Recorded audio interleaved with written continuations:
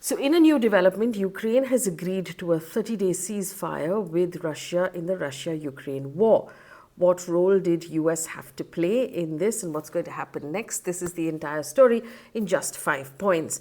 But before we begin, a reminder to like, share, subscribe, and of course sign up for our membership if you'd like to. It will help us do our job better. This is the quick version of everything you need to know about this story. Now, a week is a really long time in politics because just about a week ago, we were having a conversation about that acrimonious press conference by Trump, J.D. Vance, and Ukrainian President Vladimir Zelensky in the White House. We talked about how the world reacted to that incident and how the tone of that incident really maybe set a new normal, if anything, for diplomacy and international relations. However, on the 12th of March, Ukraine has now agreed or signaled that it is open to a 30-day ceasefire agreement with Russia. Pending Moscow's agreement, this will come into effect immediately. Now, these are the 5 points. First of all, this meeting happened in Jeddah in Saudi Arabia. Senior officials of Ukraine and United States started talks on Tuesday. This is the first official meeting between officials of these two countries after that White House incident that we talked about. That was 28th February. Now, post that, remember, Donald Trump has actually frozen military aid to Ukraine last week. He's frozen intelligence sharing to Ukraine in an obvious attempt to pressure the Ukrainian government to agree to his negotiations, and that seems to have worked. So point number 2 is the actual talks. Now, the talks went on for 9 hours, and Ukraine has apparently accepted the American proposal for a 30-day ceasefire in air and sea. And Zelensky has confirmed this in an address. According to these negotiations, Ukraine presented 3 proposals: halting attacks from air on the Black Sea and the release of prisoners. Zelensky in his press conference said, and I'm quoting, "The American side understands our position and accepts our proposal, and I want to thank President Trump for the constructive talks between our teams." He also went on to say that the US has proposed the next step, which is a 30-day ceasefire by air and sea, stopping missiles, drones, and bombs. Ukraine accepts this offer. Now, US must convince Russia to do the same. If Russia agrees, the ceasefire will take effect immediately. So this is just a ceasefire right now. So there was no clarity on whether or not they discussed territory of Ukraine that's currently being occupied by Russia. Now, this is point number 3. The US Secretary of State Marco Rubio said he will present the offer to Russia, and the ball is in Russia's court, or Putin's court. And Moscow is yet to publicly comment on this at all. Rubio also told a press conference that he hoped that Russia will accept that proposal. Ukraine is ready to stop shooting and start talking. If Russia rejects this offer, then unfortunately we will know who is the real impediment to peace. He went on to say that today we made an offer to Ukrainians that they have accepted to enter into that ceasefire. So now we're effectively waiting for what Putin will say. There's a report in BBC that says Trump's special envoy, Steve Witkoff, who is in Jeddah for these talks, is likely to travel to Russia, to Moscow in the coming days.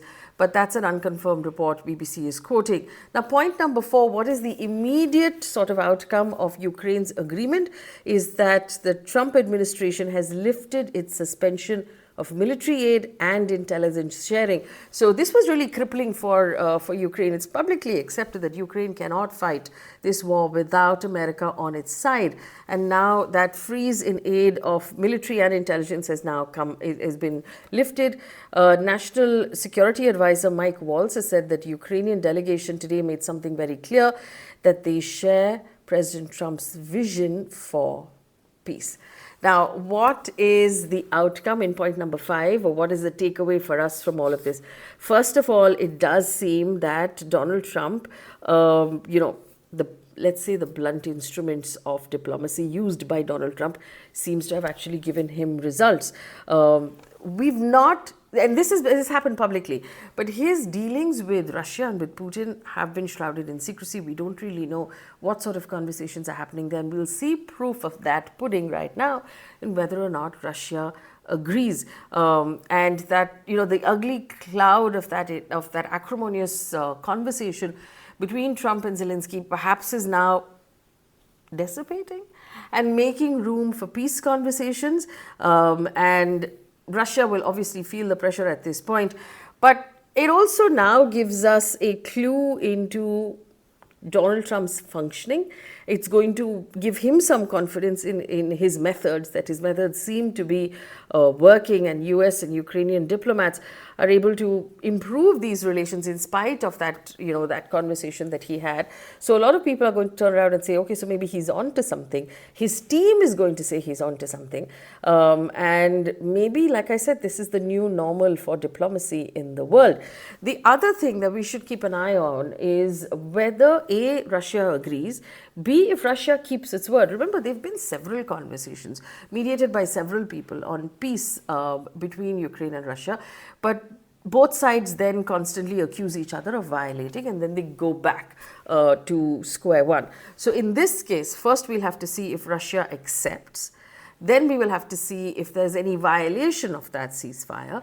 And then we'll have to keep an eye on what happens then if, from ceasefire to actual peace, if there's a journey, and what it means for the sovereign territories of Ukraine that Russia has actually walked in on. Will they give those territories back, and will they head back to the original border? That's the third thing to keep an eye on. But remember, Trump is also very keen at this point on the minerals rights deal that he was working on with Ukraine about the future of the revenues from Ukraine's mining reserves. And Ukraine has mines that have rare minerals, which the whole world, especially US, is particularly interested in. So that's another thing of basically how much money the US has spent so far on this war aiding Ukraine, and how Ukraine is likely to be able to pay that back in some way. These are all things to watch out for in the future. But yeah, in 5 points, you have everything you needed to know about that conversation between the US and Ukraine.